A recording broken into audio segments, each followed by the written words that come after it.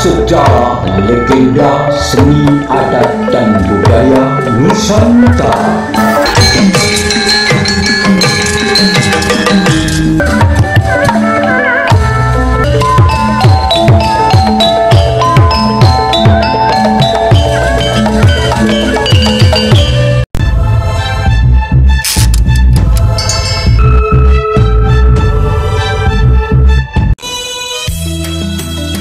Assalamualaikum warahmatullahi wabarakatuh. Bismillahirrahmanirrahim. Alhamdulillah, la haula wala quwwata illa billah, amma ba'd. Para hadirin yang kami hormati, setelah tiba di sumur Zam-Zam, Jibril menyuruh Rasulullah berbaring untuk melakukan pembelahan dada. Jibril membelah dada Rasulullah dan menyuruh Mikail untuk mengambil air Zam-Zam di sebuah nampan. Kemudian Jibril membersihkan hati Rasulullah dan mengisinya dengan hikmah sehingga hati Rasulullah penuh hikmah dan kesabaran. Kemudian Rasulullah diajak jalan-jalan oleh malaikat Jibril, ditemani malaikat Dari keledai dan lebih rendah daripada bahal. Langkah kakinya sangat jauh, sejauh mata memandang. Ini adalah kota Madinah yang akan menjadi tempat hijrah munafik. Kemudian Rasul melanjutkan perjalanan dan Jibril menyuruh Rasul untuk turun lagi di sebuah tempat dan Rasul mendirikan sholat di tempat tersebut.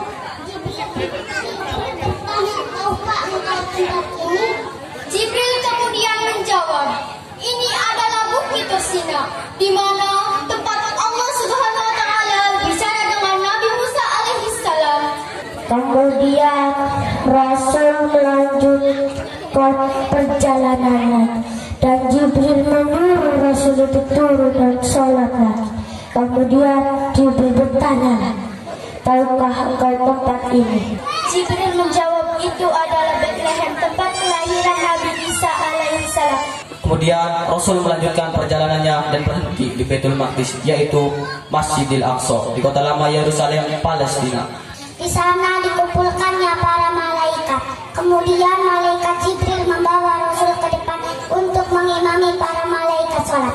Setelah selesai sholat, mereka keluar dari Masjidil Aqsa dan tiba-tiba di depan ada sebuah tangga yang menjulang sangat tinggi ke atas langit. Kemudian Rasulullah ditemani malaikat Jibril dan Mikail menaiki tangga yang menjulang ke atas langit tersebut hingga sampailah di pintu langit pertama. Setelah dibukanya pintu langit pertama, Rasul bertemu dengan ruh Nabi Adam alaihissalam dan beliau mendoakan kebaikan untuk Rasulullah. Kemudian Rasul melanjutkan sampai ke langit kedua. Di langit kedua, Rasulullah bertemu dengan Nabi Isa alaihissalam dan Nabi Yahya alaihissalam.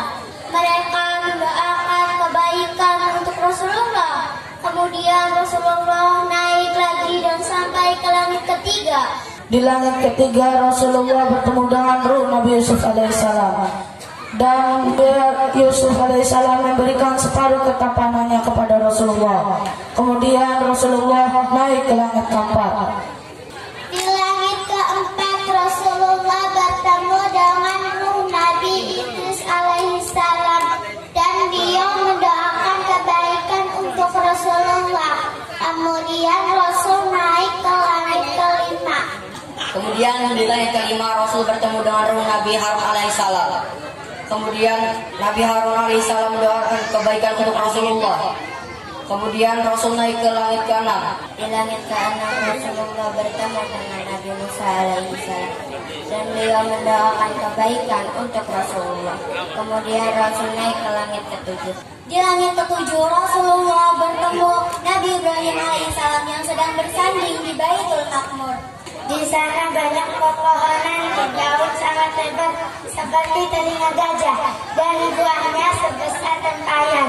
Dan Rasulullah pun melanjutkan perjalanannya tanpa ditemani siapapun. Rasulullah menuju mustawan seorang diri untuk menghadap Allah Subhanahu wa Ta'ala. Tidak lagi ditemani malaikat Jibril dan Mikail. Setelah oleh-oleh untuk umatnya, yaitu sholat 50 waktu dalam sehari semalam. Setelah mendapat perintah sholat 50 waktu, Rasulullah turun dan berjumpa kembali dengan Nabi Musa alaihissalam. Kemudian mengatakan perintah tersebut kepada Nabi Musa. Nabi Musa alaihissalam berkata, jangan umatmu tidak akan kuat. Umatku Bani Israel saja tidak kuat. Mintalah keringanan dan kembali ke atas. Rasulullah kembali menghadap Allah dan dikurangi 5 waktu dari 50 waktu menjadi 45 waktu dalam sehari semalam. Kemudian Nabi Musa mengatakan lagi kepada Rasulullah bahwa 45 waktu masih akan sangat terasa berat. Kemudian Rasulullah kembali menghadap Allah dan akhirnya menjadi 5 waktu dalam sehari semalam. Nabi Musa mengingatkan lagi kepada Rasulullah bahwa 5 waktu dalam sehari semalam masih akan terasa sangat berat. Namun Rasulullah mengatakan bahwa ia sudah malu untuk menawarkan lagi kepada Allah Subhanahu wa Ta'ala, hingga akhirnya dapatlah perintah salat 5 waktu yang dibawakan oleh Rasulullah dalam peristiwa ini, yang sebelumnya adalah 50 waktu dalam sehari semalam. Setelah peristiwa ganjil ini, Rasul kembali turun ke bumi dan menceritakan peristiwa tersebut kepada sahabat Abu Bakar As-Siddiq. Dan Abu Bakar langsung mempercayai peristiwa yang menurut manusia umum tidak masuk di akal. Dan peristiwa tersebut hanya terjadi sepertiga malam saja. Demikianlah kisah Isra dan Mi'raj Rasulullah SAW hingga bertemu langsung dengan Allah SWT dan mendapatkan perintah sholat 5 waktu. Dari kami cukup sekian. Bila ada kata yang salah, mohon dimaafkan. Wassalamualaikum warahmatullahi wabarakatuh.